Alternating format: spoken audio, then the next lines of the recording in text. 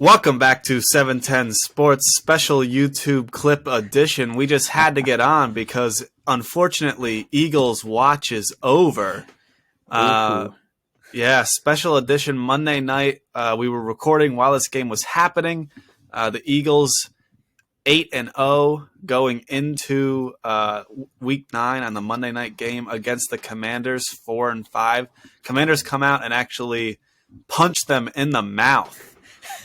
They first time that the Eagles trailed going in the half, and the entire night they just could not put anything together, and thusly Washington squeezes out a win here, and that's the first loss for the Eagles this season. No longer undefeated. They will not be undefeated moving forward. Jack, what are your thoughts on sort of this big upset in division, but still, and the end of Eagles Watch? First of all, Eagles Watch ending always a sad day, but not always. It's first time. But I think the biggest thing for this game, and all these stats I'm about to say are unreal. There's stats where I didn't right when you're watching a game, you don't always follow these, so I didn't look at all these till after the game. And here's some of these stats. Time of possession: Commanders 40 minutes to Eagles 20. Actually, less than it's actually 40 and a half, 19 and a half. So less than 20 minutes of possession for the Eagles. That's not very much. That's a third of the total time. What else here? We have penalty yards, giving up more penalty yards. First downs, 25 first downs for Commanders to 18. Third downs, 21. These are not made. These are third down attempts. 21 for the Commanders, only 8 for the Eagles. There's the which yes could mean it could mean that you're not even getting to third down, you're just getting the second down, but it also these are pointing to something, right? You're not having much time with the ball, right? Your drives are not converting to many points because you got less points, right? It's not like, oh, all this is happening, but you're just scoring very efficiently. No, you lost. And you're not getting very many third down opportunities in general. You've got fewer first downs. What is this what's a big thing to point to? 4 turnovers. They had 3 fumbles and an interception. And frankly, they had more yards per play, but this wasn't just Commanders were controlling time of possession, but weren't doing anything with it. Commanders got 90 more yards, right? 330 to 264, 70 more yards. Did the math wrong there. But the Commanders, the big thing I'd highlight is they got more rushing yards, 60 more rushing yards for the Commanders, when the Eagles seem to have a great run game with Miles Sanders. Jalen Hurts is a dual threat quarterback. I think those 2 big things for me, that the Eagles not getting a ton of success on the ground and just turning the ball over, are 2 big things to highlight. I know we'll talk about penalties, so maybe that will be later, but those are 2 big things from the actual gameplay side of it. I feel are big to highlight. I cannot agree more. I think that statistically it was becoming an absolute anomaly, the lack of turnovers the Eagles have had in the last 8 weeks. I think they had more turnovers last night than they've had in the entire season or something. I think you're right. They were saying turnovers? Something like that on the cast. Yeah. Or maybe it was just Jalen Hurts has only had 3 turnovers. Either way, the lack of fumbling. Fumbles are essentially random in the NFL. And the lack of fumbling has just gotten, out of hand statistically. And we saw that, kind of come back to earth a little bit with 3 fumbles in this game. Absolutely. The thing is, Commanders, they also had a fumble and an int. Heineke fumbled to start the game, and he threw an int. So it was a 4-2. Obviously, if you lose a turnover battle, you're probably going to lose. But that was a big thing. The other thing is, what was weird about this game is the rushing yards, 150 rush yards for the Commanders, but they were averaging around 3 yards a carry. They were not running the ball particularly efficiently. Yes, but they just kept running it, and it actually was it was better because they had these 7-minute drives, 6-minute drives, 8-minute drives. Just that's why the time of possession is so lopsided. And it was okay, basically we're going to get 3 yards a carry, 3 yards a carry, 3 yards a carry, and we're going to take all the time and all the downs, and just get enough every set of downs, and it just the Eagles' offense could never get on the field. They couldn't play their game. Yeah, that's why 3.3 yards a carry like, which is what their starter, or at least the running back with more carries, got 3.3 yards of carries, enough for a first down every drive. You know, without even going on for a fourth. First down, you get 3.4. Next down, you get 3.4, 3.4. I guess that's a 3.4, not 3.3. But that gets you over 10 yards. That gets you over 10 yards, and without even seeing fourth down. And it's a low average, but you know, if they were doing it consistently and keeping that time, like keeping the defense on the field, it just, yeah. Yeah, we know that the Eagles the strength of this team is their run game, whether it be the read option with Jalen Hurts or, you know, just straight up, you know, running it down the middle, left and right. If they're behind rolling into the second half, the tendency is going to be to pass more. And that's not the strength of this team. It's not the strength of Jalen Hurts, really. I mean, we haven't really seen him have to play from behind this year so far. So putting him in that situation with the way that the time possession worked out, it just was, with the turnovers, it just was an avalanche for the Eagles that they couldn't quite overcome. Yeah, and because that's the thing. If I look at some of these, because the thing is, even in some of their wins, because Jalen Hurts has put up some okay stats, he's put up pretty good stats. Here's a 35-13 win against the Steelers, 285 passing yards, 4 touchdowns, but he only had to throw the ball 28 times. I mean, he actually threw that. He threw even less than that this week. But even in these big, high-scoring wins, some of these big, high-scoring wins, here we go. Jaguars 29-21. He threw 25 times. That was actually a pretty down game for him in general. Cowboys, Eagles. He threw 25 times. And I mean, frankly, not at the great yard. 15 for 25, 155, 2 touchdowns, and only running for 30 yards. Isn't a super great stat line anyway, but that's a good defense. Maybe they play the Texans. How many times he threw? 27 times. It's all these. He frankly, and he didn't throw much more this week. He's not seemed to be a very high volume passer, even in the weeks where he has pretty good yards per reception. Right, this Texans game, 21 receptions, 243 yards. That's over 10 yards a reception. You know, pretty good, I think. I guess I don't know what the average is. I'm not sure what the average is, but I think that's okay. I wouldn't think that's terrible, but it's just not very many attempts. None of these games they've had to rely on the pass game. They've had to like live or die by that. Right.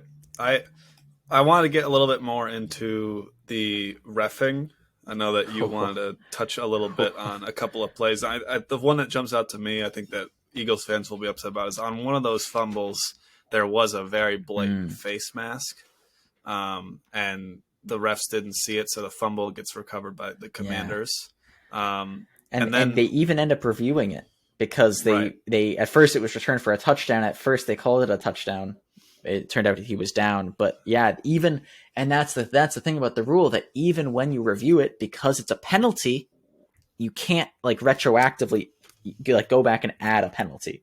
You can't go back and add the flag, which is I think is fairly unfortunate. I guess the reason you might not is certain things are ticky-tacky, right? Certain things, like we talked about this in one of the previous episodes. I think the Vikings-Bills episode, or one of the other episodes. No, it was some episode, at least the last podcast, where we talked about inconsistent reffing. And that being like calls like holding calls, pass interference, is a degree of how do the refs let you play? Like, is it playoff basketball? You know, they just kind of let you play. Is it, what does it look like? And that I think is big. I can see why you may not want it reviewable, because those are like a heat of the moment. Those are like a feel thing. You may, if you send it to New York, you might lose that feel of letting them play. I don't know if it's a positive or negative, but I could see that. But I think for a call like this, where it's just a face mask, like that's not a let them play. Calls that like that are just like, especially this egregious, and when you're reviewing the play anyway, like it's not like you got to go out of your way to if you're reviewing it anyway. I really wish stuff like this they could have gone back on this. I do think I don't necessarily think that it should be overturned, because I agree with all those arguments you're saying, where it's like that's just sort of like either they see it or they don't. But it is really funny when you put it into the context of the review for the turnover, because now they're going like there's people in New York or whatever, and there's people on the field. They're going to look at the replay, and and the refs Yeah. are just, they're just in the huddle being like, oh shit, we missed that one. You know what I mean? It's like exactly like, yeah, and that's maybe more what for me, that's the biggest piece, that if it was going to be like, okay, like maybe you don't want to do a full, okay, stop the presses, we have to go check every player to see if there's a penalty on this 10-yard reception, random point of the game. Maybe you don't want that, but it just feels like, and I don't know what the best solution is, but it just feels like, wow, like you have so many eyes on this, and you're now reviewing it and showing the clip over and over again because it's under review, and it's just so you get every single angle, and you're like, wow, how do you miss that? Every angle they're showing shows this blatant face mask. Right. It's unfortunate. And what did you think of the end? The game ended with a call with Heineke basically going down to kneel, basically because it was third down. He didn't have anything. Yeah. He was going to get sacked. He kneels. Didn't want to stop the clock. Didn't want to stop the clock by throwing it away. Right. And so he does the smart thing. He gets down, and the Eagles defenders are just a second too late. And they hit him while he's kneeling, and it's close, but it's certainly a penalty. I think, and what I think it is, I think it's, if it was, because right, and it's not just if it was, it wasn't, it was like this anyway. They didn't call the penalty on the first guy, right? The first guy was very close. That happened pretty quickly. I think the reason they called it is because the other person, like Graham or something, I forget his last name, but 55, I remember his number. I believe he's number 55. He was like a couple steps out. Like Heineke was on the ground, or at least where he was on the ground, but the player 55 was a couple steps out, so he was further away. He got there much more late. I think he said in a press conference I could see, like, I saw something starting some sort of conversation about players. What if the player thought he was fake kneeling and thought it was some sort of thing? There's already another defensive player there making the tackle. I don't really buy that, especially it's not like Heineke's Lamar Jackson or anything, you know? Yeah. It's not like, oh, he's going to fake kneel and then wheel out for 30 yards, right? This is Taylor Heineke we're talking about. I like him, but I think it was a pretty heads up play by Heineke to think to kneel and not throw it away, just generally. I mean, for one thing, to bait the penalty, because he baited that penalty hard. But for one thing, for that, but also even if there was no penalty, even if the players didn't hit him at all, it's still just a better. It's I feel like it's a smart heat of the moment play to kneel rather than throw it away in that situation. I think his celebration. I know I want to talk about this. I'll hit it briefly. Taylor Heineke, such a toxic player, and I mean that in the nicest way. I mean that in the best way, because it's not like he's like it's not like a dirty player, right? It's not like he's going out hurting people, right? But it's toxic. That the second he gets hit by that second guy, he gets immediately up and it's like, ref, what's going on? Come on. And then he sees the flag. The second the flag's thrown, he starts celebrating. He does the 2-finger point. I'll try to fit it on the camera. The 2-finger point for the first down celebration. He's doing everything. He's going off. And then on the next kneel down, I think they do run play and then kneel it. And on this next kneel, he like waits like a couple seconds. He takes a sack, then he stands there just looking at the defense, and then he doesn't kneel until because the defense know it's victory formation, so they aren't really caring. And then they actually start to go, and then he kneels down. But he burns like a couple extra seconds. I guess you can't fake spike, right? Yeah, but maybe you can't fake spike. Fake kneel because victory. Yeah, because the kneel isn't like a throw. Like you're just actually like. Right. He could be running that. Yes. That could just be the victory formation. Could just be an advanced run play. Know, but like that was funny. And I texted you this.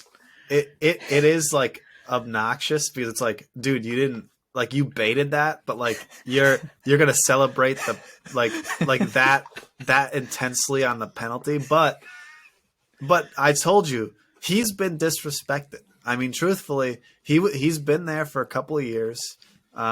He's had his chances. I think he's about 500 with this team, which is better than any QB in the last like 10 years with Washington. Besides Alex Smith, Alex Smith is way over 500. But besides Alex Smith, he's the best quarterback they've had, and he's playing second fiddle to Carson Wentz, right? And so you know what? He's going to be disrespectful, and to the point, the team loves it because he's on the plane and he's dripped out and he's got the cans of Oh, Busch yeah. latte. Like what? This is just a guy's guy. Looking this like guy's Kirk Cousins. He's that photo, him holding two. It's on Chase Young's Instagram story, or it'd be probably gone by now. But he's got two. He's drinking out of one, holding the other. The camo can, the camouflage can, not sponsored.